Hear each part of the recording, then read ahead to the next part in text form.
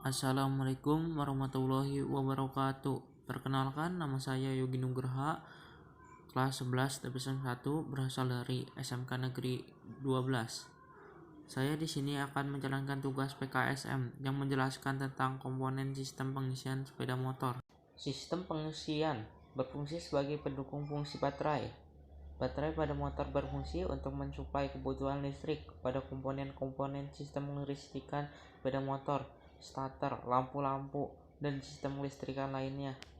Yang perlu diingat adalah kapasitas baterai sangat terbatas sehingga tidak akan dapat mensuplai kebutuhan tenaga listrik secara terus-menerus. Baterai harus selalu terisi penuh agar dapat mensuplai kebutuhan listrik setiap waktu yang diperlukan oleh sistem kelistrikan pada sepeda motor tersebut. Untuk itu, pada sepeda motor diperlukan sistem pengisian yang bertugas untuk memproduksi tegangan listrik untuk mengisi kembali baterai. Sistem pengisian sepeda motor yang pertama yaitu spool, berfungsi sebagai sumber penghasil energi listrik yang akan mensuplai seluruh kebutuhan kelistrikan motor. Mudah-mudahnya spool ini berfungsi sebagai penghasil energi listrik untuk seluruh kebutuhan kelistrikan motor. Spool atau kumparan ini merupakan bagian pada motor yang sangat penting yang berhubungan dengan kelistrikan motor. 2. Rotor magnet. Rotor magnet berfungsi untuk memotong stator koil.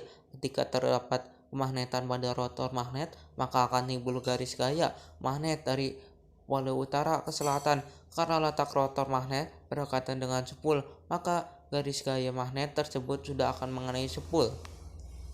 Ketika mesin motor di starter, poros engkol akan berputar. Karena rotor ini terletak pada ujung poros engkol, maka rotor juga akan ikut berputar. Putaran rotor ini akan menggerakkan garis gaya magnet yang sebelumnya ada. Pergerakan inilah yang menimbulkan perpotongan garis gaya magnet. Tetapi ada perbedaan pada rotor mobil dan motor. Selain dari bentuknya, kemagnetan rotor ini juga berbeda. Pada mobil, kemagnetan rotor harus dibangkitkan melalui induksi dan dari baterai, sementara pada motor rotor magnet ini sudah dilengkapi magnet permanen sehingga tak perlu diberikan induksi untuk membentuk garis gaya magnet.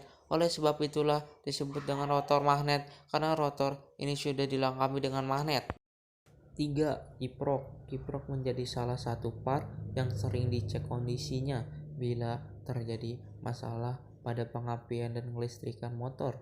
Fungsi kiprok pada sepeda motor antara lain sebagai stabil arus dan tegangan masuk kaki, sehingga arus yang masuk kaki sesuai tidak terlalu besar ataupun tidak terlalu kecil.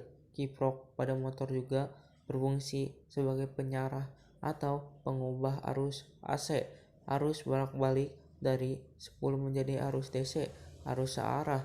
Arus DC ini kemudian ditampung di dalam aki. 4. Baterai atau aki merupakan penyimpanan tenaga listrik yang dihasilkan oleh sistem pengisian. Energi listrik diubah ke dalam bentuk energi kimia. Baterai juga berfungsi sebagai penyedia tenaga listrik sementara dalam bentuk tegangan DC yang diperlukan oleh sistem-sistem kelistrikan sepeda motor dengan didukung oleh sistem pengisian.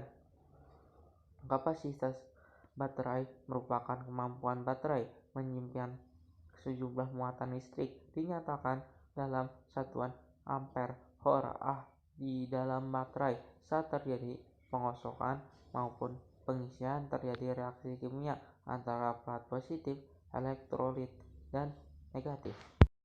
5. Push atau sikring. Push atau sikring pada dasarnya berfungsi sebagai pengaman arus pada rangkaian kelistrikan kendaraan untuk melindungi rangkaian dari kerusakan akibat penggunaan daya berlebihan maupun hubungan sikat dengan cara memutuskan aliran listrik yang masuk ke rangkaian. Sekian dari saya, terima kasih. Kurang lebihnya mohon maaf, dan semoga video ini bisa bermanfaat bagi kalian yang masih belum mengetahui. Jangan lupa like, comment, and subscribe.